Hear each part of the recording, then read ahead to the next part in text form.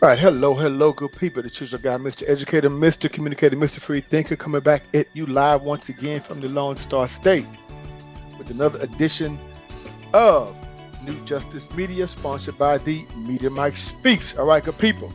We're going to be talking about this evening this Collin County professor that actually won this suit. Well, actually, I think it's the second one. Now, I did my share of higher education videos back in the day, and I'll probably drop the link on a lot of those. So I wanted to discuss this because one of my subscribers sent me this regarding this, and this is, I would say, a large victory for those in higher education across the country, especially here in the Lone Star State. So I'm going to pull this up. Let's take a look at this case and let's talk about it. So let's share the screen.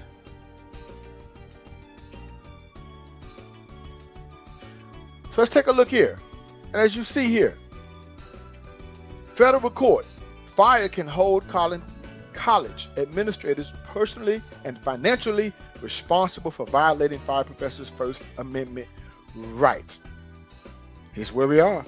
Now, just in case you did not know about fire and who they are, well, they're a group that was founded in 1999 as the Foundation for Individual Rights in Education.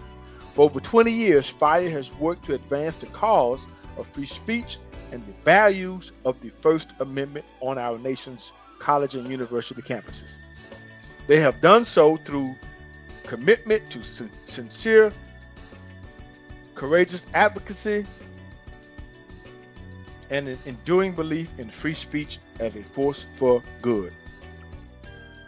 Now, their mission is to defend and sustain the individual rights of all Americans to free speech and free thought, the most essential qualities of liberty. FIRE educates Americans about the importance of those inalienable rights, promotes a culture of respect for those rights, and provides the means to preserve them. FIRE recognizes that colleges and universities play a vital role in preserving free thought within a free society. To this end, they place a special emphasis on defending the rights of students and faculty members on the nation's campuses, including freedom of speech, freedom of association, due process, equity, and so forth. This is the group that represented this professor right here on News Desk. Let's take a look here. Federal District Court rejects public college president's attempt to avoid liability for firing professor who used social media to inform the public about important issues. Now, this is what got me here. Why would they dismiss this professor? Because it's social media. It's a private platform. The judge denies defendants' arguments, calling them dead on arrival. Wow. Meaning this was over before it began. It was there when it came through the door. Now, embattled president named in 3 lawsuits from fire after making Collin College the epicenter of censorship in America. Wow. Now, this is out of McKinney. Collin College administrators who fired a professor for her expression can be held personally and financially responsible for violating the First Amendment, a federal judge ruled Thursday. U.S. District Court Judge Amos L. Mazant ruled that because administrators, by their own admission, fired plaintiff in part for using her private social media account to inform the public about a matter of public concern, the actions were clearly unconstitutional, unquote. Wow. Now, I think this was dealing with the COVID-19 good people. So the Texas Public College fired Professor Suzanne Jones, and I do believe this is Professor Jones right here. So I'm pretty sure most likely she's probably going to get a good payout. They fired her in January of 2021 after she wrote a Facebook post criticizing the college's response to COVID-19, signed an open letter calling for the removal of Confederate memorials, and supported a non-bargaining union, all of which are expressive activities protected by the First Amendment. Wow. And see, the thing about this, probably shouldn't have played around with COVID.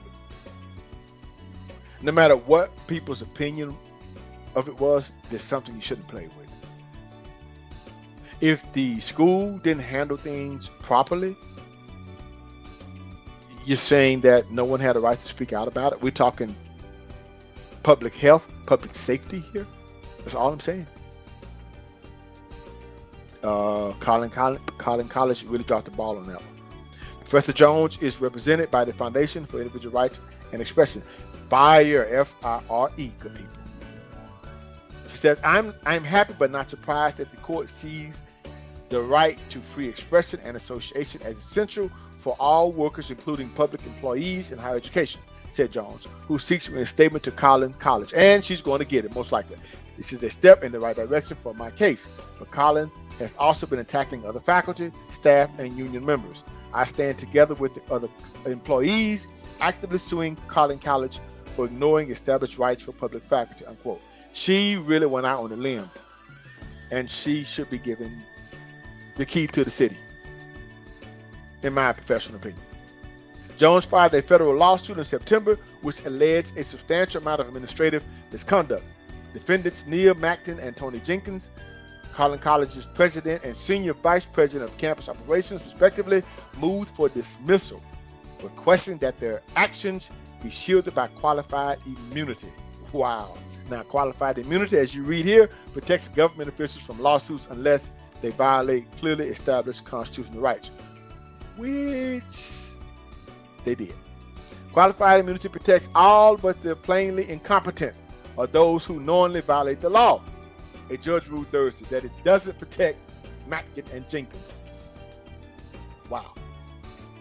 The judge called Mackin and Jenkins' argument dead on arrival and cleared the path for the officials to be held personally and financially responsible for their actions. Depending on the lawsuit, good people, the size of it, they're going to get hit. This is an important development in Suzanne's case, and we look forward to proving that Collin College violated the First Amendment and should be held accountable for their actions. And fire attorney Greg H. Grubel said, fire attorney Greg H. Grubel, but it's also a message to administrators around the country. Wow. Tread lightly when thinking about firing professors for social media use on important public issues, unquote. Quoting the United States Court of Appeals for the Fifth Circuit, which is us, Judge Mazet wrote that the more important the subject matter is to the public, the sharper the reaction will be by those who conduct may be called into question. It is precisely the probability of expressive overreaction by the powers that be, which requires our constant vigilance of the First Amendment protections according to all public employees, unquote. Let me slow down a little, good people, because I read a little bit fast here, a little bit too fast. So, FIRE is committed to holding government officials accountable for violating constitutional rights, said FIRE Vice President of Litigation, is it Darpana Sheath? Government officials should not receive a free pass to censor speech because of qualified immunity. If citizens must follow the law, government officials must follow the Constitution, unquote. The lawsuit now continues into discovery, because what that means, good people, is that they're going to find out what these administrators have. That's discovery. They're going to discover all those assets if they have any. And from those assets will be a number, will be the outcome. One that this professor is pleased with, hopefully. We'll see. This is FIRE's third lawsuit at Collin College, which has earned a reputation as the epicenter of censorship in America. Professor Laura Burnett won a $70,000 settlement against the college, while Professor Michael Phillips' lawsuit is ongoing. Both were fired for their speech on matters of public concern. Wow, this is going to be something here. The Foundation for Individual Rights and Expression, FIRE, is a nonpartisan, nonprofit organization. So, there you have it, good people. This is the professor. And congratulations to those other two. Well, one is ongoing, but the other one also won her lawsuit. So this is where we are.